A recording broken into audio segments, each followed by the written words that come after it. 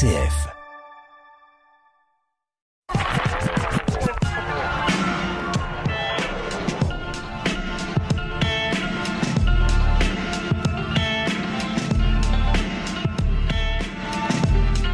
Bonjour à toutes et à tous, bienvenue sur RCF en Berry dans La Parenthèse Citoyenne. Une émission co-animée par les bénévoles de la Jeune Chambre économique de Bourges et la Jeune Chambre économique de Châteauroux. Je suis Pierre Rigaud de la JCE de Bourges et je suis heureux d'être avec vous aujourd'hui.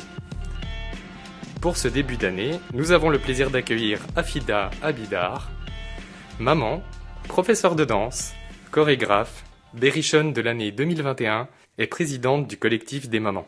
Nous allons vous faire découvrir cette association pour laquelle elle investit beaucoup de temps, d'énergie et d'efforts.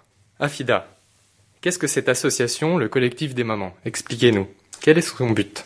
D'une façon générale, en fait, le collectif des mamans, c'est une association qui s'investit durant l'année dans des événements ponctuels afin d'organiser des projets sociaux et culturels. Elle a pour but aussi de dynamiser et animer les quartiers avec un état d'esprit d'ouverture aux autres. Qu'est-ce qui est à l'origine de ce projet ? Comment vous est venue cette belle initiative ? Le collectif des mamans, en fait, il s'est formé peu à peu. D'abord pour aider la classe de danse dont je suis professeur. Donc par la suite, il y a eu une idée. Une idée est venue de trouver un financement pour un renouveau de costume. Donc pour cela, nous avons organisé plusieurs actions. Notamment, on a organisé ce qu'on appelle des galas de fin d'année, une kermesse, une brocante. On a participé aussi au marché de Noël. Ça a permis aussi de financer à peu près 80 costumes pour le spectacle donc, de fin d'année. Et donc, vous avez créé cette association, le collectif des mamans, en 2019. Voilà. En fait, c'est un regroupement de mamans qui est allé au-delà d'une simple collecte d'argent. On a appris à monter des projets, on a travaillé ensemble et surtout, nous avons pris du plaisir à nous rencontrer. Il y a du lien social qui s'est créé et maintenant, on se bat un petit peu pour montrer le côté positif des quartiers nord de Bourges. Au jour d'aujourd'hui, combien de membres compte le collectif des mamans et quels en sont ses objectifs ? Le collectif des mamans, en fait, il a débuté officiellement en 2019 avec 2 personnes, Karima et moi-même. Et maintenant, nous comptons 54 membres dans l'association aujourd'hui.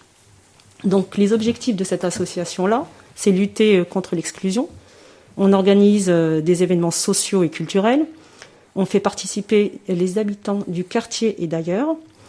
Il y a favoriser aussi la mixité sociale intergénérationnelle, développer la culture et les loisirs pour tous. Il faut favoriser aussi le partenariat avec les structures associatives. Expliquez-moi plus concrètement quelles actions vous menez dans le but d'aider les personnes dans le besoin et de lutter contre l'exclusion, par exemple. De façon concrète, donc chaque mardi et vendredi, on mène une action de distribution de repas aux personnes qui sont isolées, aux personnes aussi âgées, aux sans-abri, aux femmes violentées, à des familles aussi dans la précarité. En fait, cette initiative est née pendant le premier confinement, au cours duquel nous avons préparé un repas intégral pour tout le service Georges Sand, pour aider et soutenir tout le personnel soignant qui ont été très éprouvés pendant cette période.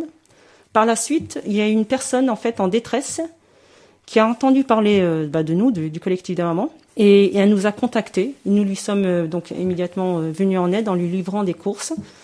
Et nous avons ensuite passé des annonces sur les réseaux et fait aussi des micro-trottoirs pour récolter des dons et proposer notre aide à d'autres personnes donc isolées et dans le besoin.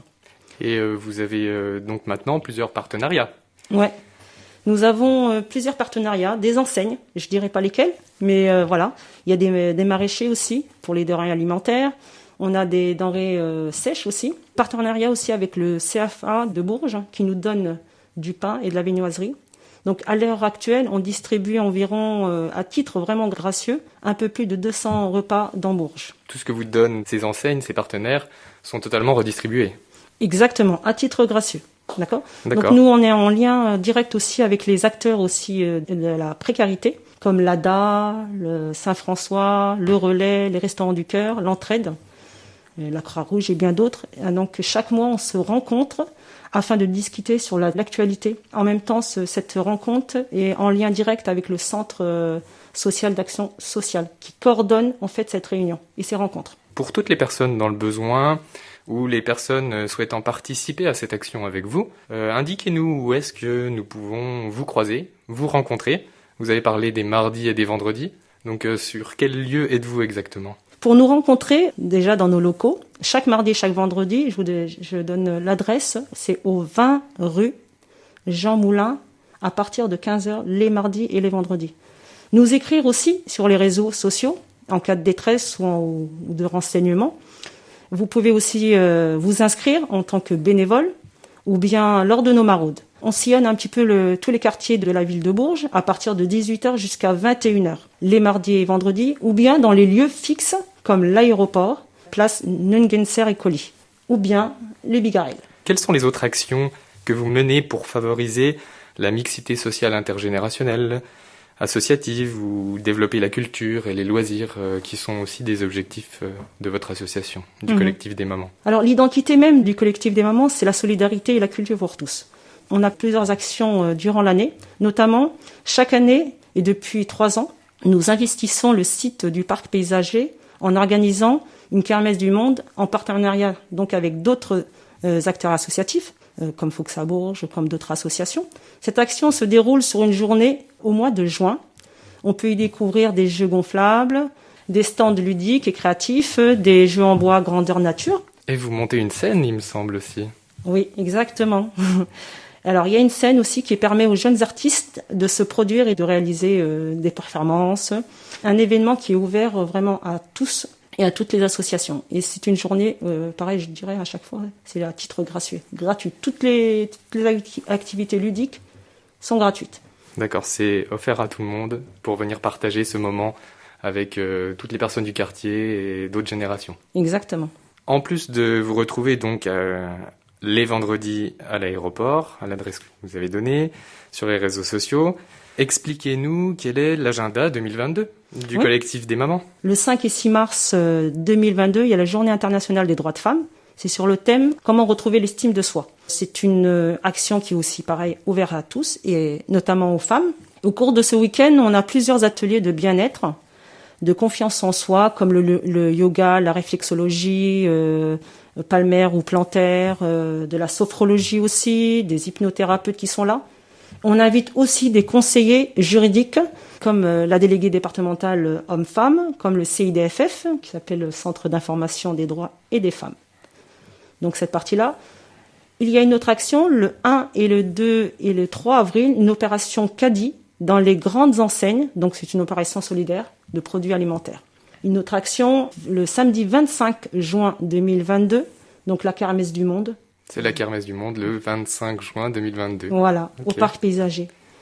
Et on terminera, je vais terminer par cette date-là pour le moment, le 2 juillet, ce qu'on appelle le gala de fin d'année, à la salle des fêtes de la Chancellerie. Parlez-nous un peu plus de ce qui vous a donné l'envie de ces initiatives, de toutes ces actions. Et c'est arrivé, il me semble, en plein milieu du premier confinement. Moi, j'aime beaucoup le terrain, j'aime beaucoup être en contact avec les gens. C'est vrai qu'avec le Covid, ça a freiné beaucoup de choses, mais en même temps, il y a eu une ouverture aussi. On a su un petit peu ce qui se passait aussi au niveau de la précarité, en faisant des micro-trottoirs, en allant voir les personnes, les familles dans le besoin, etc. Donc ça, c'est ce que j'aime.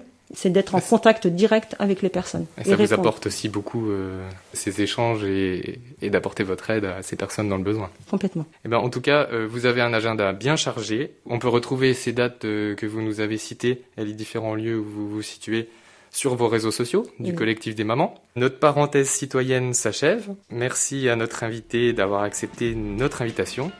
Merci à RCF et toute son équipe pour la réalisation de notre émission.